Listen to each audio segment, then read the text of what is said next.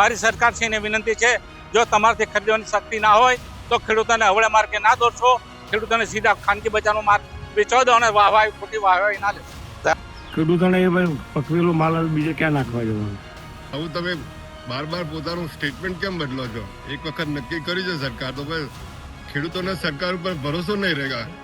એક પરિપત્ર બદલાયો અને આખા ખેતરમાં અન્નદાતાની મજૂરી, મહેનત અને આશા બધું જ હચમચી ગયું.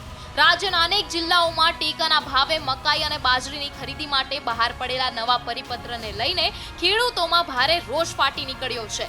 છોટા ઉદેપુરના નસવાડીમાં વહેલી સવારથી મકાઈ લઈને આવેલા ખેડૂતો કલાકો સુધી ખરીદી શરૂ થવાની રાહ જોતા રહ્યા, પરંતુ અચાનક બદલાયેલા નિયમો અને ખરીદીમાં મુકાયેલા કાપને કારણે ખેડૂતોમાં ભારે નારાજગી જોવા મળી. ખેડૂતોનો સીધો આરોપ છે કે એક તરફ સરકાર ટેકાના ભાવે ખરીદીની જાહેરાત કરે છે અને બીજી તરફ જમીન પર નિયમો બદલીને ખેડૂતોને અંધારામાં રાખવામાં આવે છે. ક્યાંક 30 કટ્ટાની મર્યાદા તો ક્યાંક 75 મણ મકાઈ અને ક્યાંક 100 મણ બાજરી સુધીની જ ખરીદી. આ અચાનક બદલાયેલા નિર્ણયોથી ખેડૂતોનો આખો હિસાબ ખોરવાઈ ગયો છે.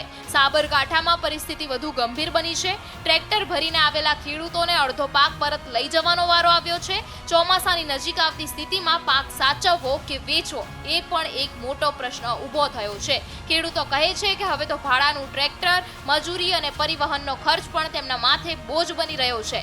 મહીસાગરમાં પણ ટેકાના ભાવે ખરીદી માટે આવેલા ખેડૂતોને મેસેજ મુજબ કામગીરી ન થતા ભારે નિરાશા જોવા મળી. અધિકારીઓ અને ખેડૂતો વચ્ચે બોલાચાલી સુધીની સ્થિતિ સર્જાઈ. ખેડૂતોનો આરોપ છે કે સરકારની જાહેરાત અને જમીન પરની હકીકત વચ્ચે કોઈ મેળ નથી. દેવભૂમિ દ્વારકામાં પણ હાઈ ટેન્શન લાઇનના કામને લઈને ખેડૂતો અને તંત્ર વચ્ચે તણાવ વધુ ઘેરો બન્યો છે. ખેડૂતો સ્પષ્ટ કહી રહ્યા છે કે વિકાસના નામે તેમની જમીન અને અવાજ બંનેને દબાવવામાં આવી રહ્યા છે. આ સમગ્ર જિલ્લામાં હવે એક જ માહોલ છે, રોષ, અસંતોષ અને વિરોધની આગ. ખેડૂતોનું કહેવું છે કે જો ટેકાના ભાવે ખરીદી જ કરવી હોય તો નિયમો સ્થિર રાખવા જોઈએ, નહીં તો આ જાહેરાતો માત્ર કાગળ પર જ રહી જશે. અને હવે આ સમગ્ર ગાંઠ વધુ ઉકેલાતી જશે, કારણ કે આગળ સાંભળવા મળશે સીધા ખેડૂતોના જવાબો, જેમાં તેઓ ખુલીને કહી રહ્યા છે કે આ પરિસ્થિતિ તેમને માટે કેટલી મુશ્કેલ બની છે.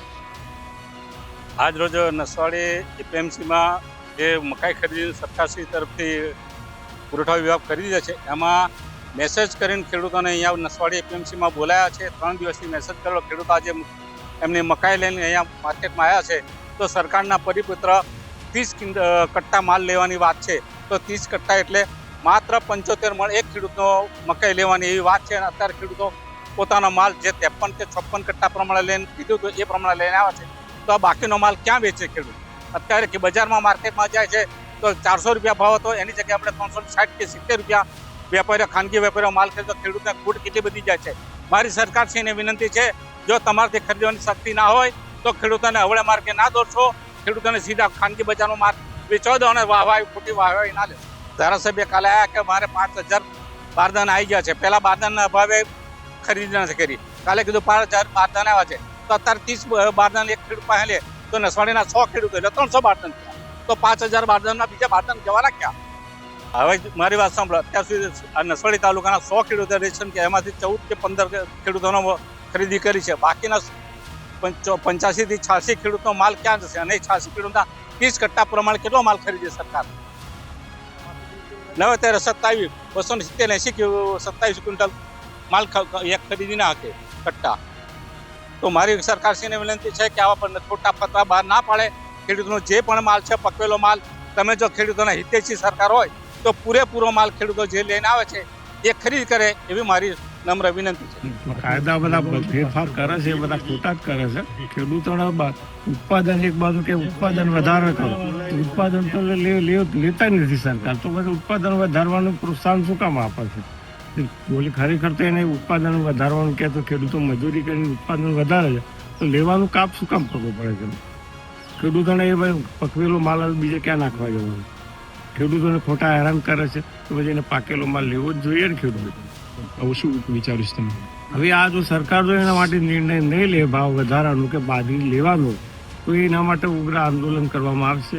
અને નહીં જોઈતું હતું તો આંદોલન કરીને ત્યાં ગાંધીનગર પણ જવામાં આવશે. શું નામ તમારું? સુમનભાઈ પટેલ. હા, ઓકે, ચલો. હું ખેડૂત ખાતેદાર કરશનભાઈ કુદરભાઈ પટેલ બોલું છું. સરકારે ગઈકાલે પરિપત્ર બહાર પાડ્યો કે સરકાર ખેડૂત દ્વારા હેક્ટર દીઠ 75 મણ મકાઈ અને 100 મણ બાજરી લેવાનું નક્કી કર્યું છે. તો હવે ખેડૂતો પાસે તો એક હેક્ટર દીઠ કદાચ 300-400 મણ મકાઈ પાકે છે, 200 મણ બાજરી પાકે છે. તો ગઈકાલે બધા ખેડૂતોના ટ્રેક્ટર પાછા આવ્યા. તો અત્યારે આજની સિઝનમાં ખેડૂતો આ માલ કયો સંગ્રહ કરવો અને ખેડૂતોને જવું કયો? એક બાજુ સરકાર કહે છે ઉત્પાદન લ્યો અને ખેડૂતો ઉત્પાદન લે છે તો તમે લેતા નથી, તો ખેડૂતોનું શું? અને આવું તમે બાર પોતાનું સ્ટેટમેન્ટ કેમ બદલો છો? એક વખત નક્કી કર્યું છે સરકાર, તો ભાઈ ખેડૂતોને સરકાર ઉપર ભરોસો નહીં રહેગા. એટલે જેમ બને તેમ યોગ્ય નિર્ણય લો. અને આવતીકાલે અમારા ખેડૂતો બધા ગાંધીનગર મુકામે જવાના છે દરેક જિલ્લામાંથી, અને જો નિર્ણય નહીં આવે તો ઉગ્ર આંદોલનની ચીમકી શું નામ આપવામાં. તમારું? કરશનભાઈ કુદરભાઈ પટેલ. એક તરફ ખેતરમાં તૈયાર પાક પડ્યો છે, બીજી તરફ ટેકાના ભાવે ખરીદીના કાગળ બદલાતા જાય છે અને આ વચ્ચે ઊભો છે અન્નદાતા, જેના પર આખી સિસ્ટમનો બોજ ઉતરી રહ્યો છે. સરકારના પરિપત્રો જો દરરોજ બદલાતા રહેશે તો ખેતરમાં મહેનત કરતો ખેડૂત પણ દરરોજ પ્રશ્નો વચ્ચે ફસાતો રહેશે. અને આજે સ્થિતિ એવી છે કે અનાજ વેચવાનો સમય આવ્યો છે, પણ ખરીદીના નિયમો જ અડધા રસ્તે અટકી ગયા છે. આ રોષ હવે માત્ર નારાજગી નથી રહ્યો, આ એ અવાજ છે જે ગામથી લઈને ગાંધીનગર સુધી ગુંજવા નીકળ્યો છે. ખેડૂતો સ્પષ્ટ કહી રહ્યા છે કે હવે માત્ર વાત પાકની નથી, વાત તેમની મહેનત, ખર્ચ અને અધિકારની છે. અને આ બધાની વચ્ચે હવે સૌથી મોટો સવાલ એ છે કે જ્યારે અન્નદાતા જ રસ્તા પર ઉતરી આવશે ત્યારે આનો જવાબ કોણ આપશે?